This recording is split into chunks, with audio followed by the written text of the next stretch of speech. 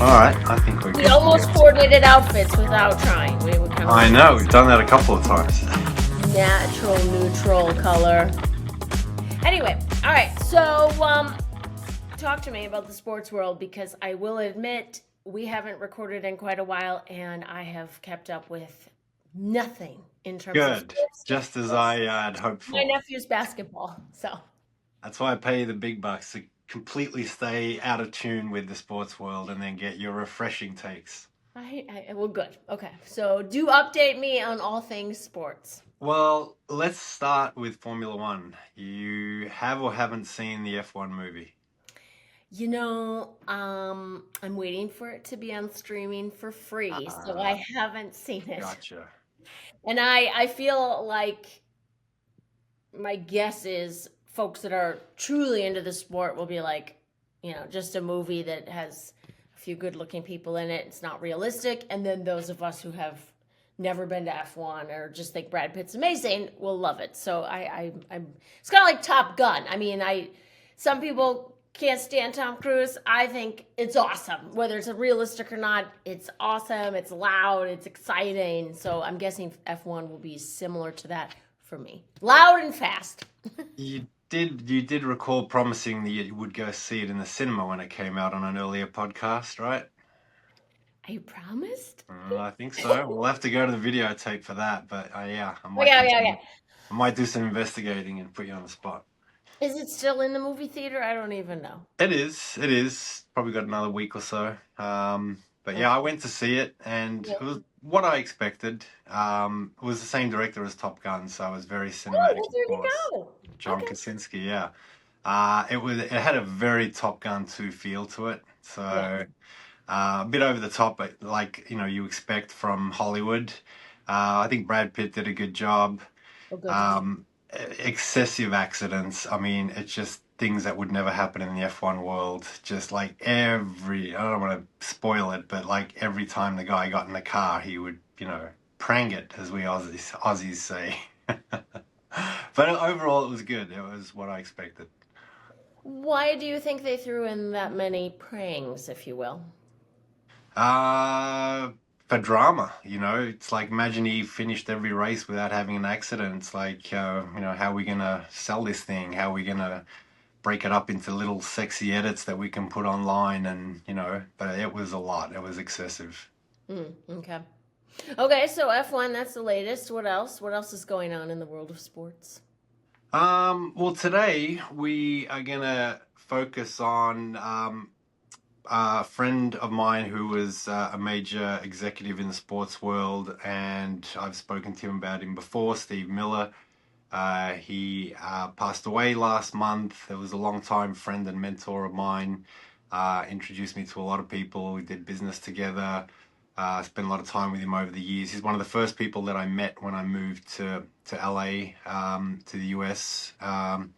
So yeah, it was quite sad. He kind of passed away kind of suddenly. He had been, living with a rare blood cancer that was manageable, and it just took a turn for the worst. And yeah, I was able to get out to Portland where he lived and attend his celebration of life. And so yeah, I want to speak briefly about him and his very unique and extraordinary life, and then ironically segue into our guest, Mike Nakajima, who's a former Nike executive and is a pretty big wig in the tennis world, and speak to him about probably one of the only sports that is going on during the summer, really, aside from baseball, and that's tennis. So he's going to be a really interesting guest, and I've known Mike for many years and got introduced to him from via Steve Miller. Okay.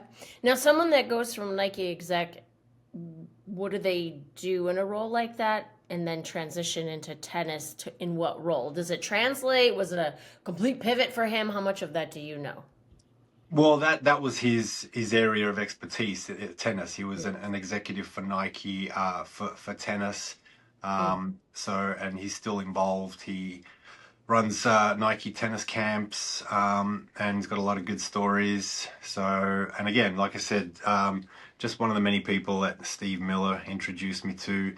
Actually, he's from the Midwest. Like I said, I met Steve when he had already left Nike, so his background is quite extraordinary. He grew up on, the mean streets of Chicago. Was in a gang in his teenage years. Um, he was involved in a really big gang fight when he was 16. Not that he was responsible, but in that fight, one of the kids died. So a couple of days later in school, cops basically picked him up. Somebody mentioned his name. They picked up a lot of those kids in the fight. And they just took him straight to Audi Hall, which is what they had, like the juvenile hall in Chicago at the time. And he was incarcerated for a year. Never went to trial, never got charged really. So he was spent his time there.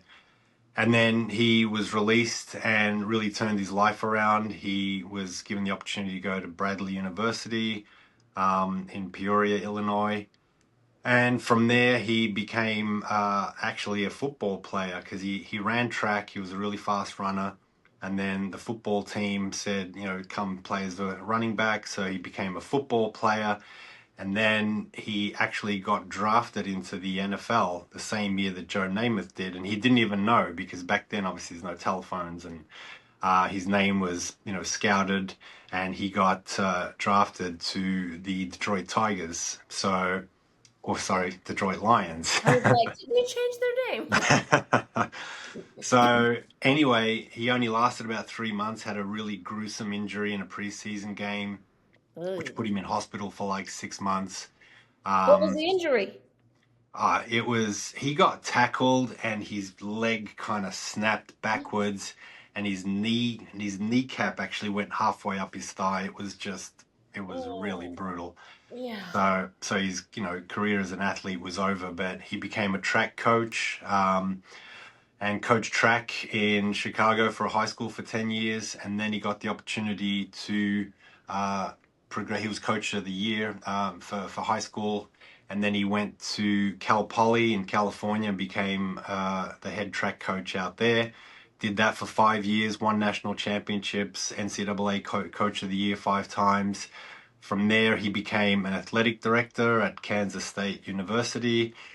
And that's where, during this time, he met Phil Knight, who's the founder of Nike. Back in the 70s, when Nike was still Blue Ribbon Sports, they were, a brand that made sneakers for runners, and that's how Steve had the connection. He met him at one of these conventions. So he was onboarded at Nike on the advisory board, 20 years before Nike really, blossomed into what it, started to be with Michael Jordan and everything. And then Steve was part of the Special Olympics with Maria Shriver. Not Maria Shriver. God, the name eludes me now. Who am I thinking of that founded? Anyway, so it was with the Special Olympics. Arnold's ex-wife? Who's that? Are you thinking about Arnold Schwarzenegger's ex-wife? No, it's the wrong Shriver. It's the mother. Eunice Shriver. Yeah, anyway, so he spent time at the Special Olympics, then went back to Kansas State. And as he tells the story in the early 90s, Phil Knight, who is now, the CEO, back then he was, running Nike and started, they'd signed Michael Jordan and it really started to become a global brand. Picked up the phone and called Steve, and, who he'd known for 20 years and been on his advisory board. Basically said, Steve, when are you going to quit fucking around with this college thing and come work for Nike full time? So Steve actually came on board, ran their athletics department in terms of signing athletes. And around about just before the 92 Olympics, he was at some Olympic tryouts.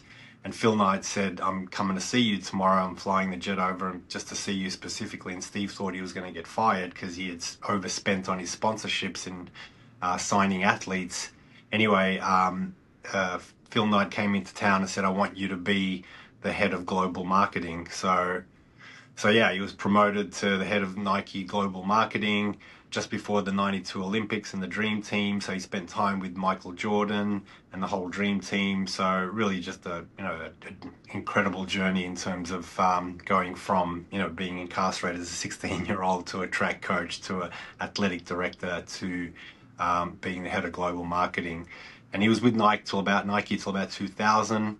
And then him and Phil had this huge fallout. It was over some, he still doesn't know to this day. Anyway, they were really good friends up to that point, and Steve was managing Nike's $100 million investment in the Sydney 2000 Olympics, and then he had come back to Portland just to visit his family before he went back to the Olympics, and they had this big falling out on the Nike campus and shouting match, and he basically got fired.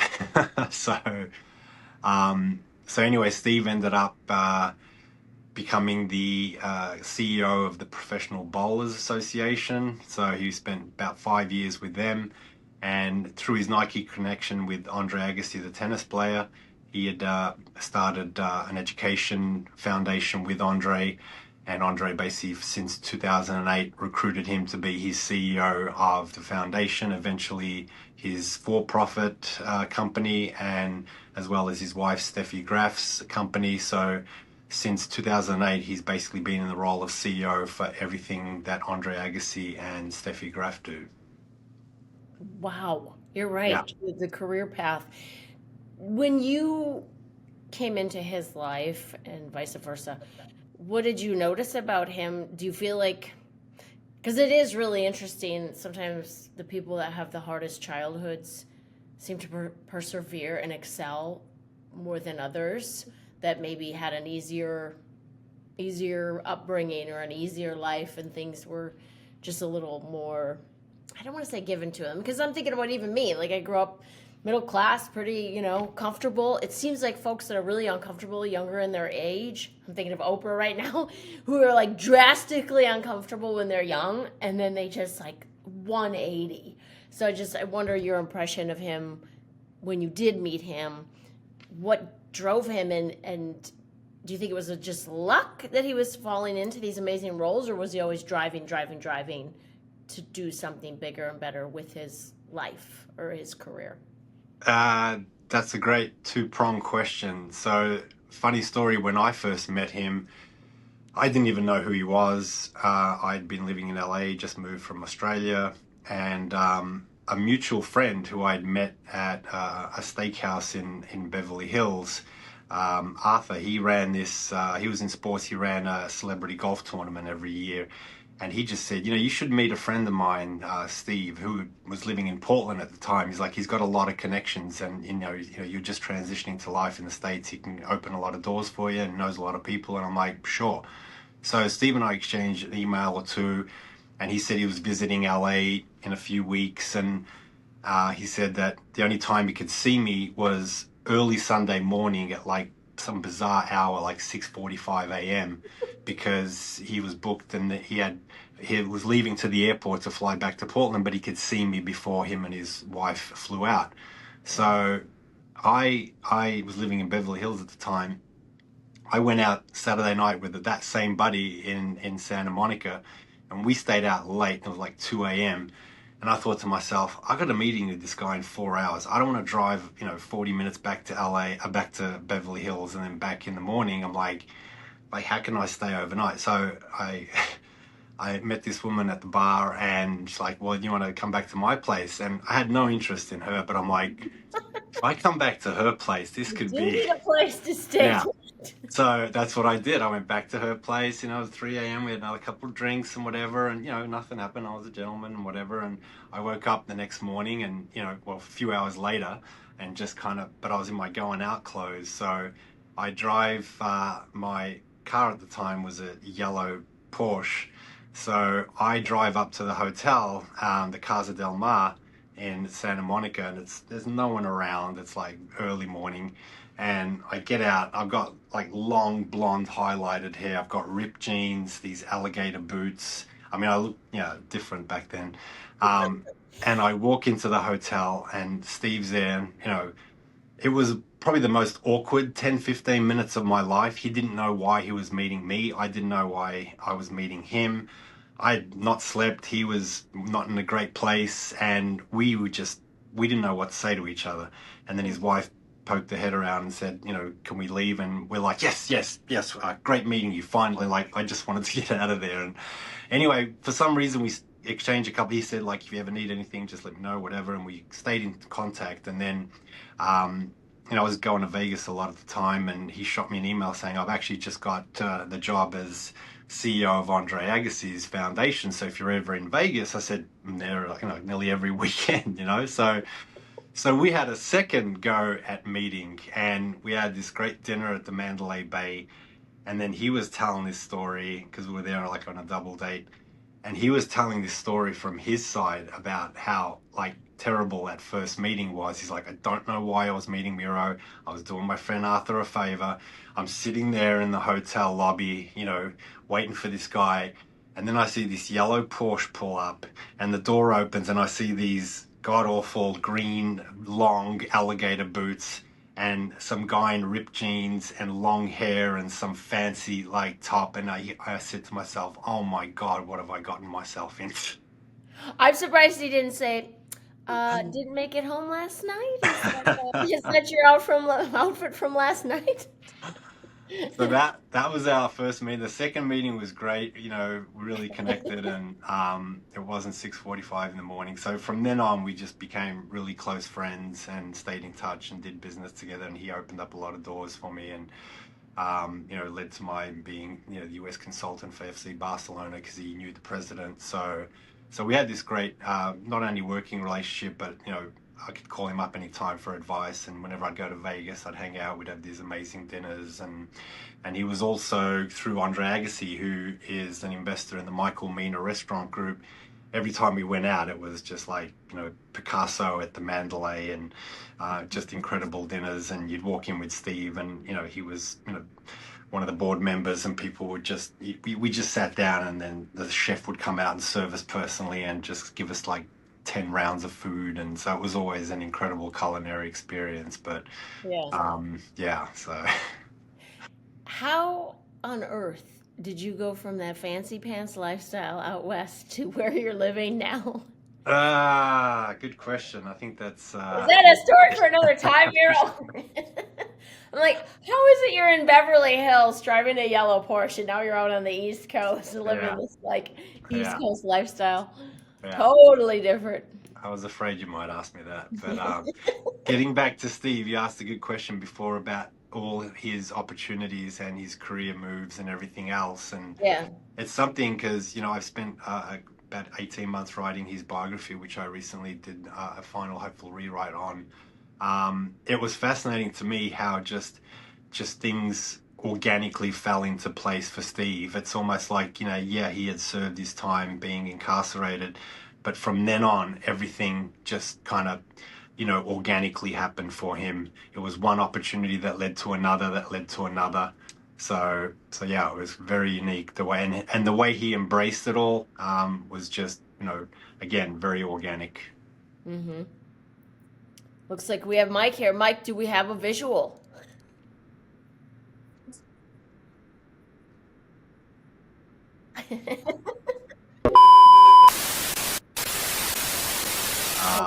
There he is. There he is. Everything's backwards though. It's like it? Right? Do you see? Is my logo right to left? I mean, it should be going this way. I wouldn't know the difference, Mike, so I have no idea. I'll see if I can fix it in post. You look great. Nice to meet you, Morgan. What's up, Miro? What's up, Mike? I was just saying to Morgan how I saw you a couple of weeks ago, and you facilitated my going to my Disneyland, which is a Nike employee store. So thanks again for that. Yeah, no, I'm glad. I hope you did some shopping. I was actually pretty good. Last time I was there for Steve's 80th, I think I checked out with over $3,000 worth of gear, which obviously went down 40%. This time I was good.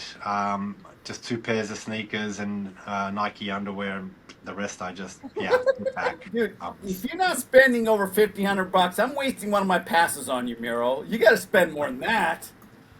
Well, how funny was it? Last time I was there, I was checking out, and I was telling the checkout guy, about who facilitated my pass, and he was a young tennis guy, and I said, well, my guy's Mike Nakajima, and he's like, Mike Nakajima, yeah, I worked with him. I was his intern or something, and then I turn around, and who turns up? Mike Nakajima. Oh, He that's right. I helped did Mike. see you there. I did see you there.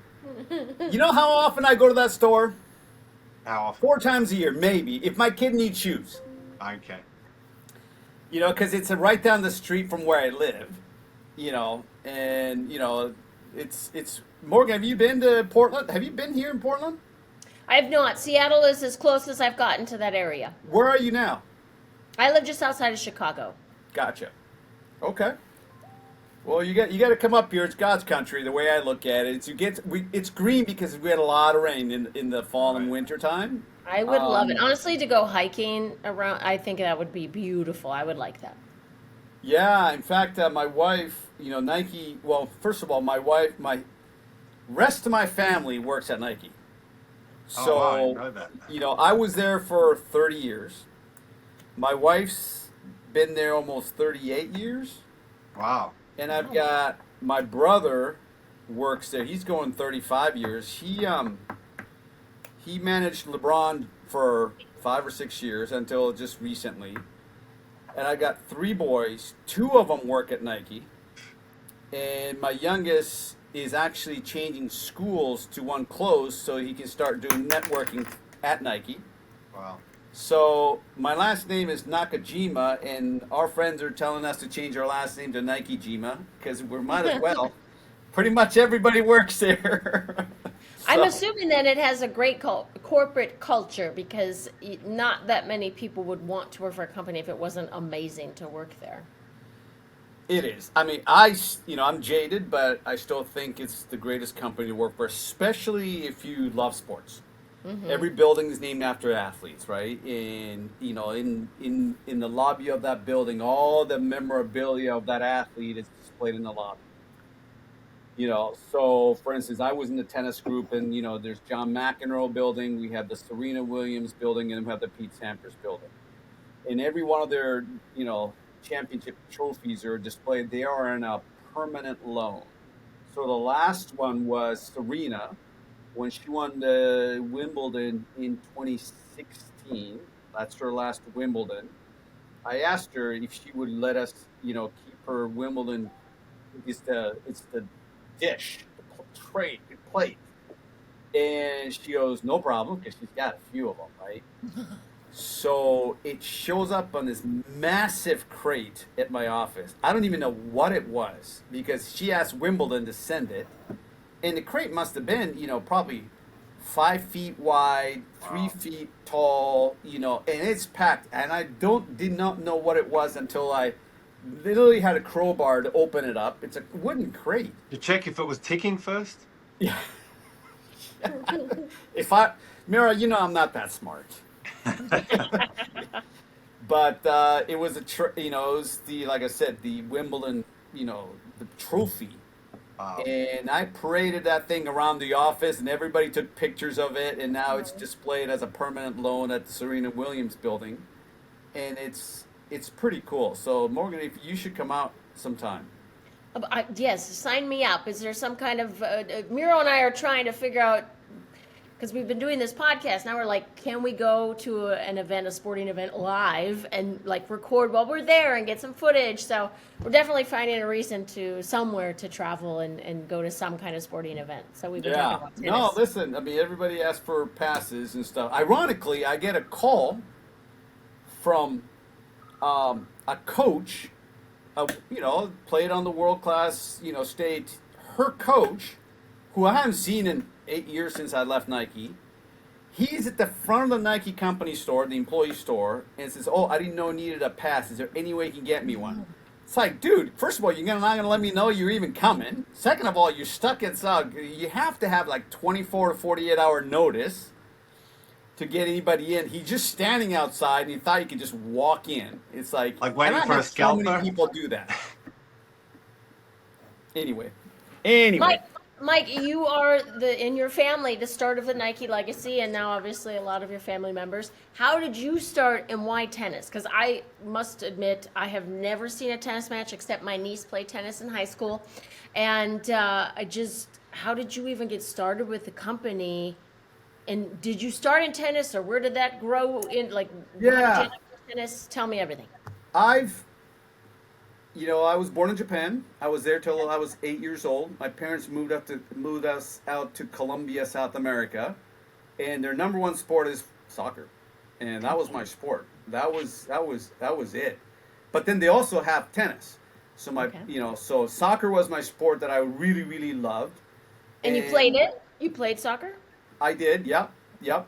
And then tennis, red clay, and those are the two sport that I really grew up playing. When I came into this country, basketball was it, right? So I played those three sports year round.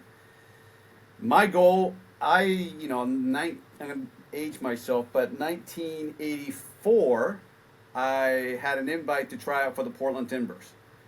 And listen, I wouldn't have made it, but it was just, it was my goal to get a tryout. And unfortunately, I pulled my groin like a week or two before that, and I couldn't go. It was one of my saddest days ever. But the other sport that I played was tennis. Tennis is something that even after you graduate from college, you can just get one more person to play with. Soccer, it's different, right? You got to get a decent amount of people to get a decent game going.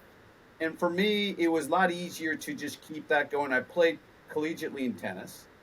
And this is something that when I joined Nike, I didn't know exactly what I wanted to do. I worked at the company store, the aforementioned company store, and I was a part-time temporary employee. And I don't even know what that means. Basically, it means that if your shoes are untied, they could probably let you go. That was probably about they didn't really need me, and I had to work really, really hard. And 3 years after started at that store, I was the manager of the store.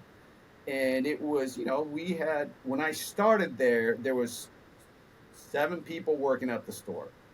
When I left, we had 125. Now they have probably 5 times that amount. It's that big of a store. And when I left, I was out at the store, and I was helping with tennis tournaments that was run, on our Nike side was run by Ian Hamilton, which obviously Miro, Ian very well.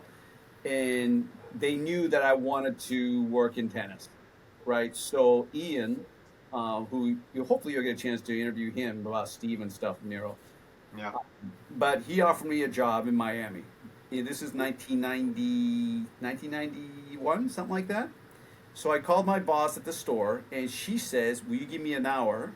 And which I didn't know what that means. And this is before one of these. This is before the phones, right? You have to find a payphone or something to contact. And my manager at the store offered me a job, and she said, "We're starting a flagship store at Nike. We're going to call them Nike Towns." And I'm going, wow. "What?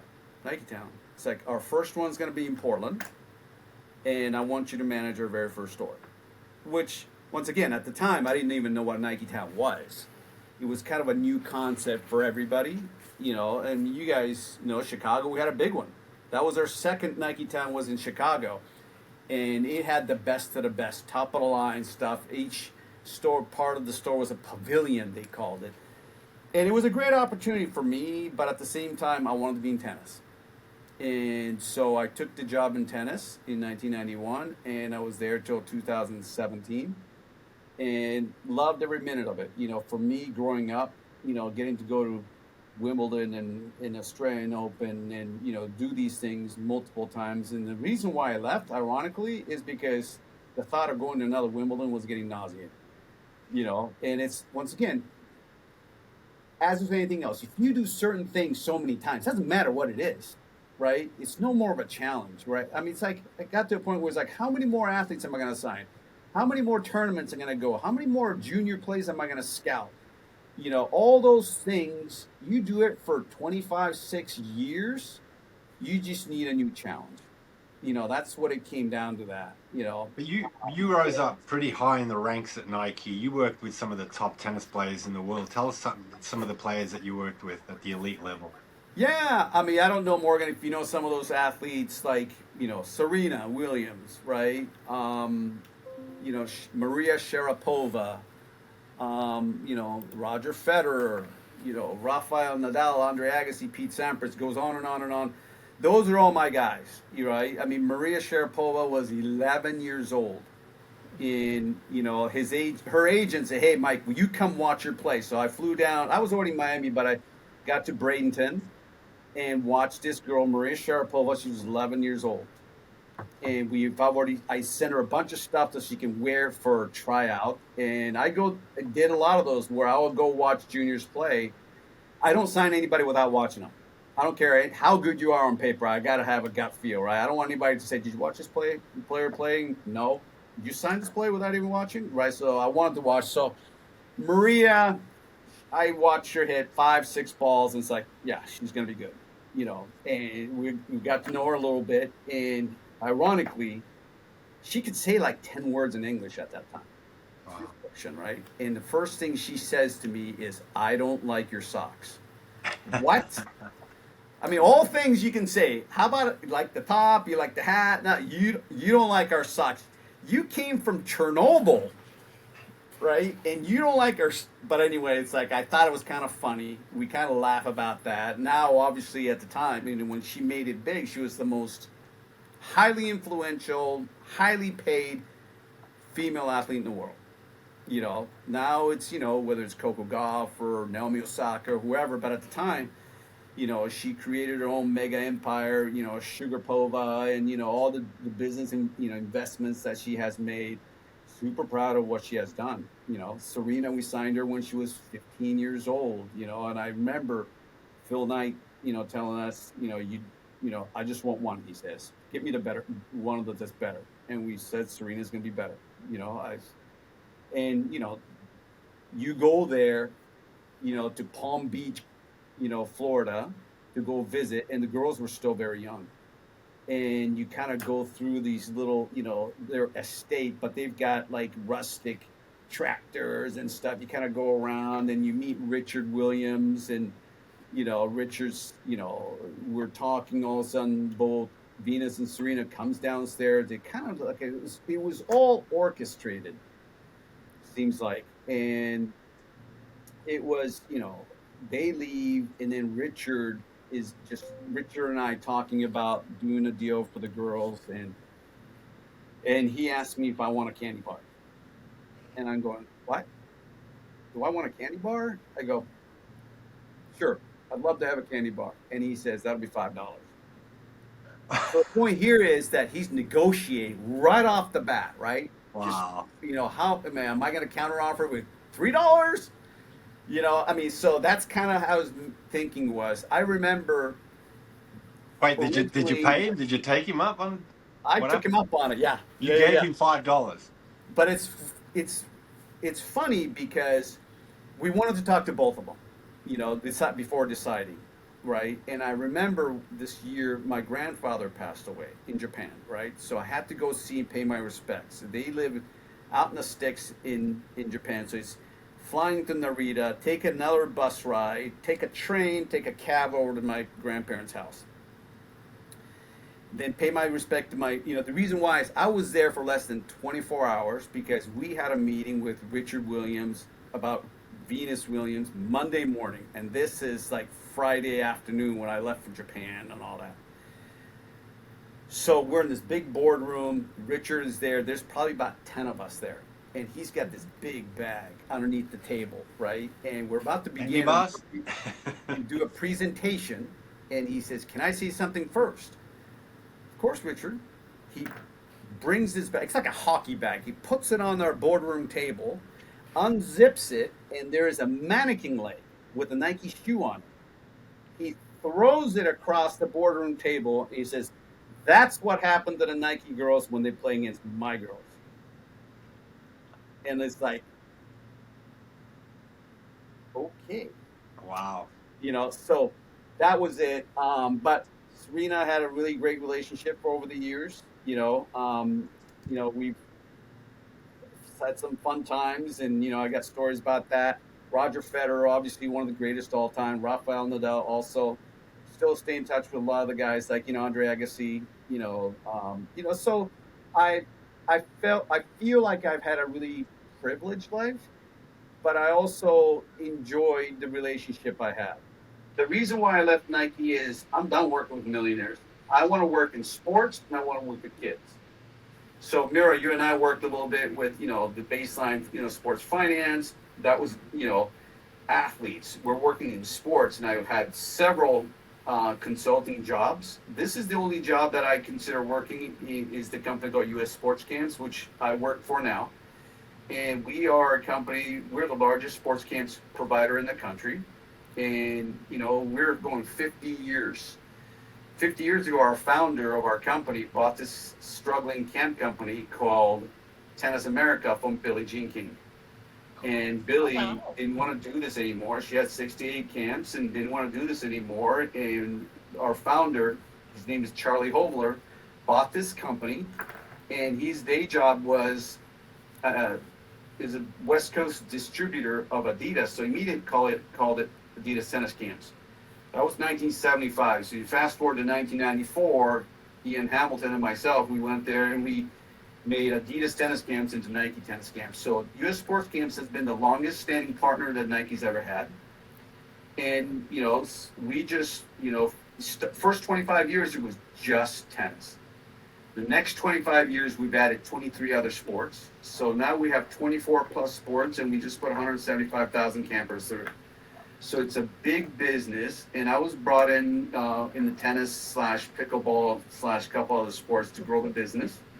And it's pickleball. Pickleball. I'm a purist, but listen, it's part of my business. So I've got like 30 pickleball paddles and bags full of pickleballs. And it's like, but it's a fun business. So I had the privilege to work with many people in the industry, and I enjoyed every minute of it. Some people asked me why I was leaving the best job in tennis. And I explained the same thing. If you're doing the same thing over and over and over again, you need new challenges. Well, I still can. I still want. I want to try something different. So here I am.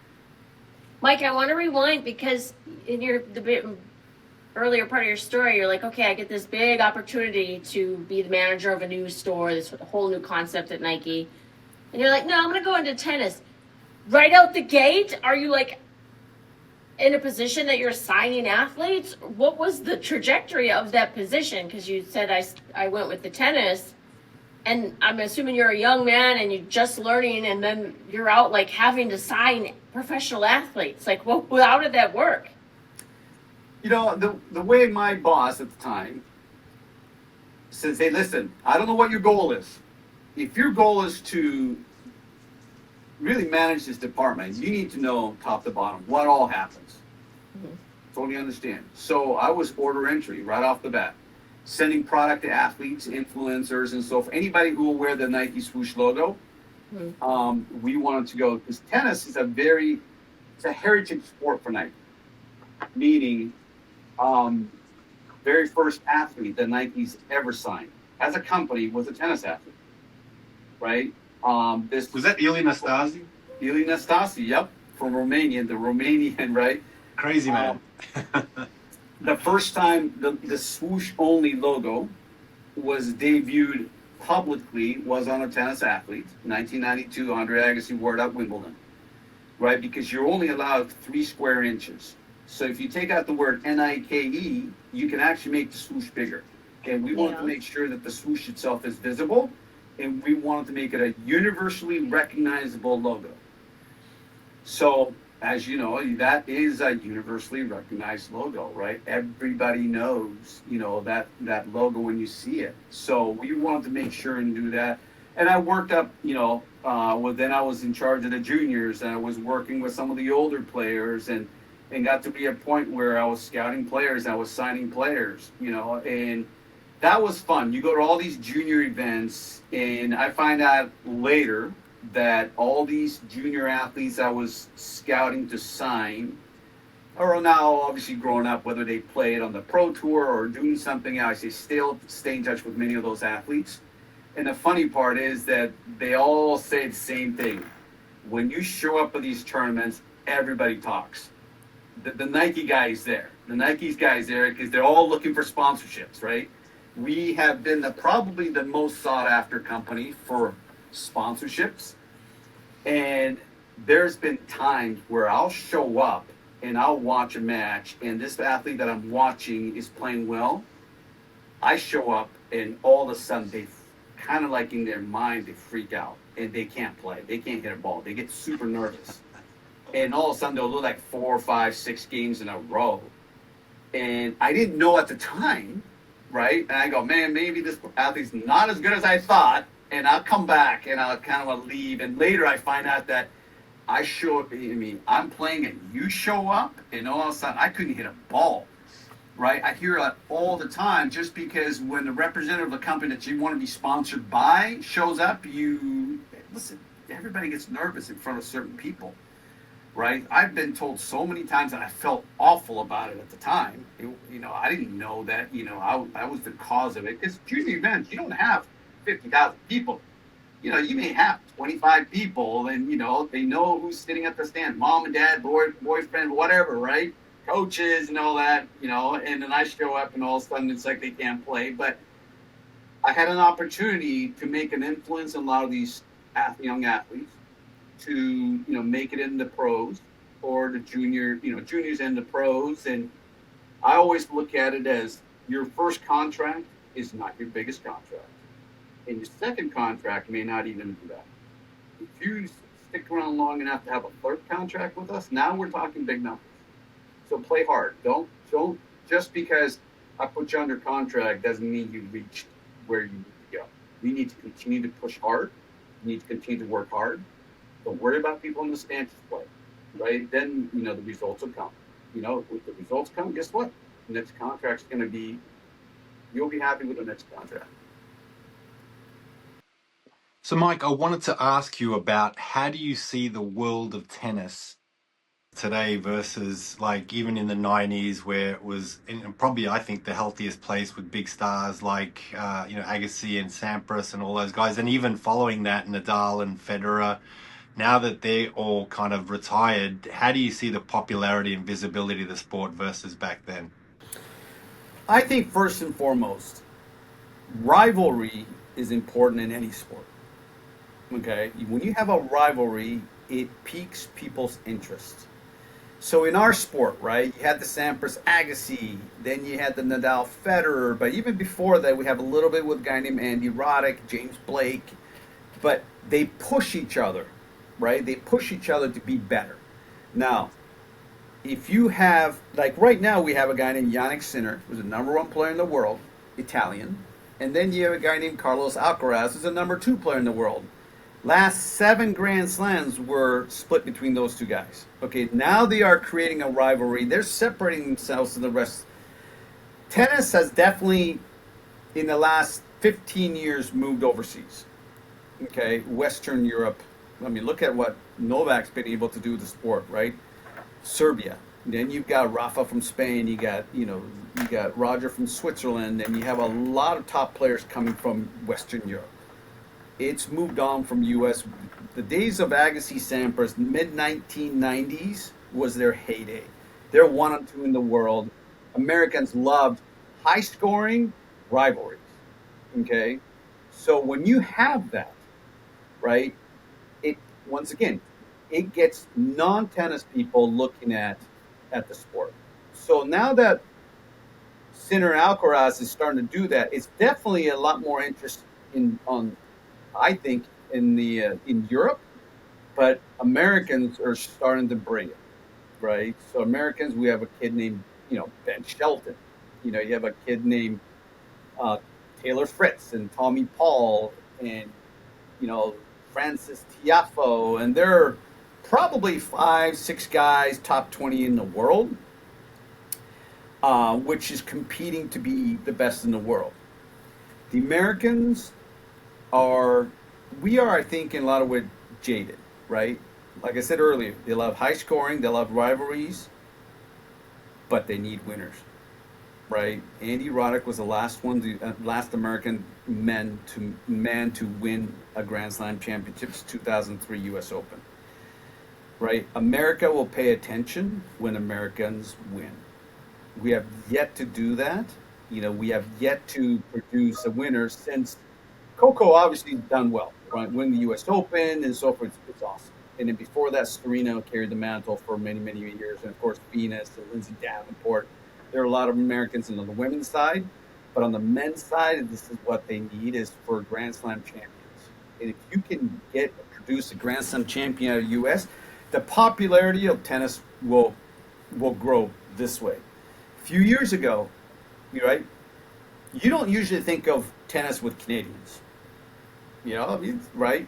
But hey, we had some really good Canadians come the last 10, 15 years, right? We have a gal named Jeannie Bouchard, ironically, who's going to retire from tennis this week in Montreal.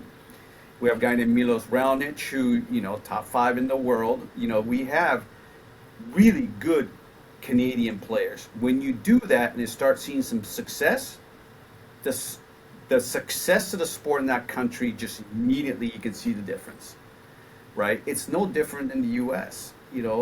Product, the amount of balls that you sell, the amount of those shoes that you sell, the amount of the tennis apparel that you sell, it's based on the fact that if you win incrementally, people like Nike and Adidas and everyone, New Balance and everybody else, they are going to benefit from Americans winning. And I think that's what, Americans want, right? And they want winners. That's why I think in a lot of ways, soccer, right? Soccer is the number 1 sport in the world. Okay, now you still pack certain stadiums for, MLS and, the women's league. It's awesome, right? But Americans don't want 0-0 score or 1-0 game. They want lots of scoring. That's why they love the NBA double overtime, 132, 128 win. Americans gravitate towards stuff like that. And I think in tennis, once again, you want guys who are winning that are Americans. That's what people want. And I think when that happens, I think the popularity of the sport, because North America and Western Europe really drive the market. Australia's got great players, but the fact of the matter is, North America and Western Europe, if they do well, I think the popularity overall globally is going to soar. Can 2 athletes be sponsored by the same company, aka Nike, and they're rivals? So you were talking about some of the people that have created rivals because they're 1 and 2 in the world. If they were both sponsored by Nike, is that there's no rules against that? Andre Agassi and Pete Sampras, they're both ours. Oh, well, there you go. Okay. Rafael Nadal, Roger Federer, both ours. Okay. Yannick Sinner, Carlos Alcaraz, both ours. Right? So when you have a company sponsoring both athletes, they're playing at the highest, you can use them to create rivalries in events. You can create rivalries in ads. You can create rivals in PR and just have a lot of fun with it. I think in a lot of ways, someone said this to me once. In fact, it was our good friend, Steve Miller. He says, we at Nike make great shoes, great apparel, we make the rest of the shit up, right? When they say that, the rest of the stuff is advertising, marketing. There's no better marketing machine than Nike. We've kind of gone away for a little bit with the change of, management, but it's coming back. Nike's advertising, it's always been edgy, right? Always been a little bit in your face, right? When people, talk in the, copy rooms and lunch break rooms, did you see that ad? Whether you love it or not, the fact that people are talking about it, it's a win for Nike. When no one talks about your ad, I don't care how much you spend, how much cool the people that are there, it's going to be celebrities, all that. No one's talking about it, right? It's just that, Nike's getting back into making sure that it's cutting edge, using world-class athletes, having a great storytelling, and on top of that, you have success of the athletes that you're riding off the back of, then it's going to be, it's going to make a difference in your sales. And that's a really great question, Morgan, because an example of that rivalry with under the umbrella of the same company was, Mike, you can probably lend a lot to this, the pop-up tennis that Andre Agassi did with Pete Sampras, when they basically covertly planned to break out into a tennis game in the middle of London ahead of Wimbledon and film it. And I mean, that was pre-internet, but that was it went viral, and that was the start of a huge campaign, right, Mike? Yeah, the street tennis concept was hugely popular. I know you can probably YouTube street tennis on YouTube, and Andre Agassi and Pete Sampras. Believe it or not, that was filmed in San Francisco. We made it kind of look like it's a little bit somewhere else, but essentially you Well, no, start that was the traffic. second one in Wall Street, wasn't it? Yeah, we've done actually several versions of it. The actual ad itself is the San Francisco But the one. first one was filmed in London, right? The ad itself is still San Francisco, you Oh, know, okay. but basically stop traffic and then roll out a tennis net and they start playing, tennis. And we've done half a dozen renditions of that all over the world, and once again, we create events around the highest peaks of tennis. And for tennis, it's always been Australian Open in January, French Open in May, Wimbledon in July, US Open in August. Those are the peak points where people are still thinking about a little bit of tennis, and that's when we actually want to hit them with, our biggest, ad spend usually is right before the slams. We want people to be thinking about our product. We want people to be thinking about tennis and our athletes. Fascinating. So before you go, Mike, I really we're going to go off tennis, off topic a bit because prior to you joining, Morgan and I was talking about Steve Miller, and he's the conduit for us meeting and me meeting a lot of people in the sports world here in the States. I just wanted to get some of your inside thoughts about Steve and anything that you want to share given his recent passing. Well, I think Steve is somebody whose personality was bigger than life. I met him actually not as long as people think, but he was immediately global director of sports marketing. I reported into him, and he's always, quick with the mouth in a good way with lots of advice and suggestions. And I was a young guy. I didn't know what the heck I was doing, but I relied on Steve for a lot of the advice. He's the one who talked about, hey, Nike, we make this, we make that, we make the rest of it up, kind of a thing.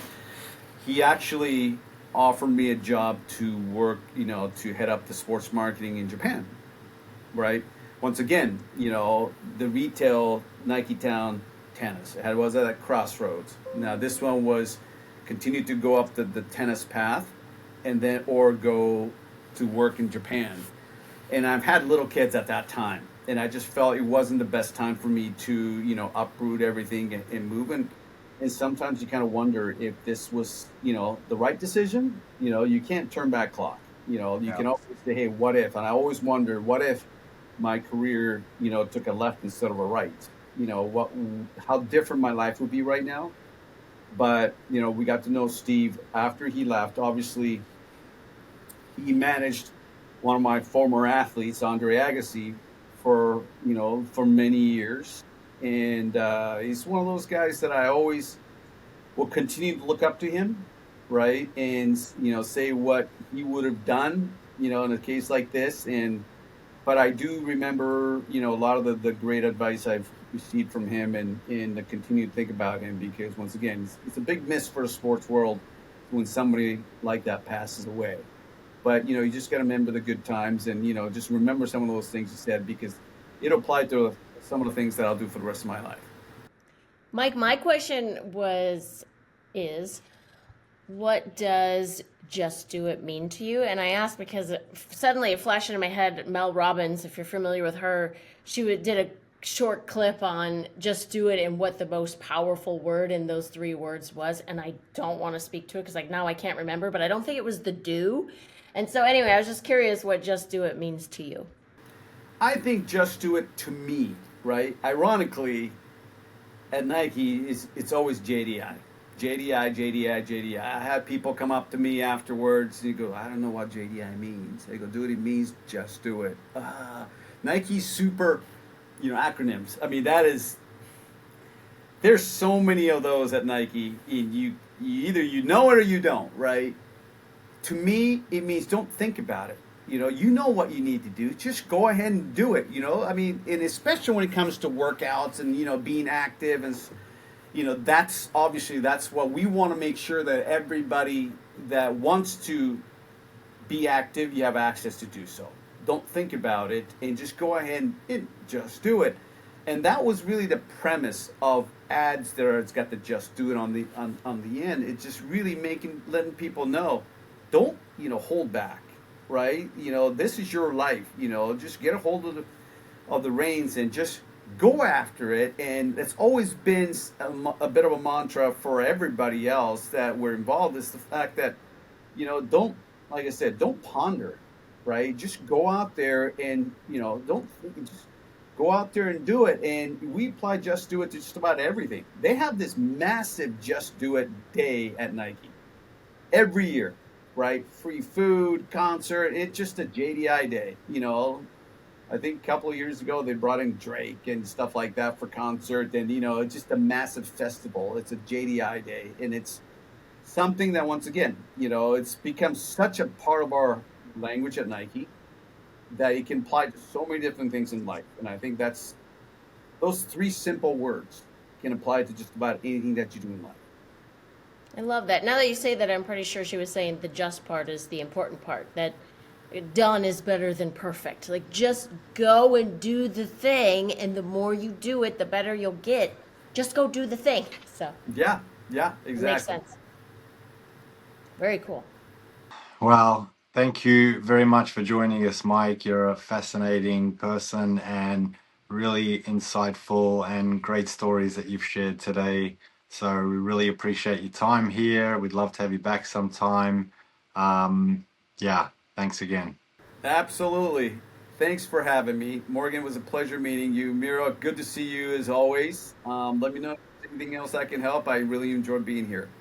Thanks, Mike. Appreciate it. All right, guys. Take care. All right. Bye-ya. Bye-bye.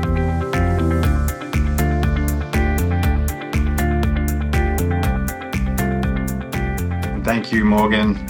Really great questions you asked, Mike, especially the one about the 2 athletes being rivals, being sponsored by the same company, which I would never have even thought of in terms of it being a potential conflict. But you, as our non-sports savvy interviewer, conjured up a really great question, which immediately triggered my memories of those pop-up tennis ads between Andre and Pete. So really great question.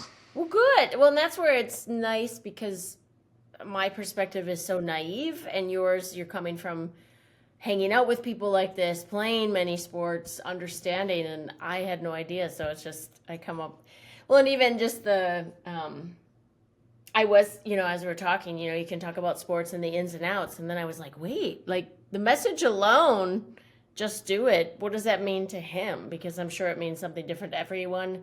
And yet there is this kind of universal Nike mission of the just do it. So anyway, yeah.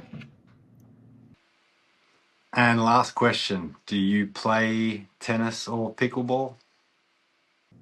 Do I? No.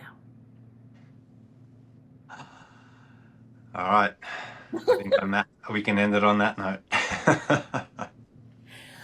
One time in college, there was a guy who I was like, can we go to the tennis court? I've never played tennis in my life. I just want to hit the ball and see if I can do it. And we lobbed it 3 or 4 times, and I was like, okay, I'm good. I got it now. I don't want to keep doing this. My interest level in playing sports is very low. Good to know. On that note, let's just do it and end it. Great show, Morgan. Thank you again, and look forward to the next podcast. Thanks. Have a good night. I hope you enjoyed our latest installment of Glad2Talk Sports. Hope to catch you on our next podcast.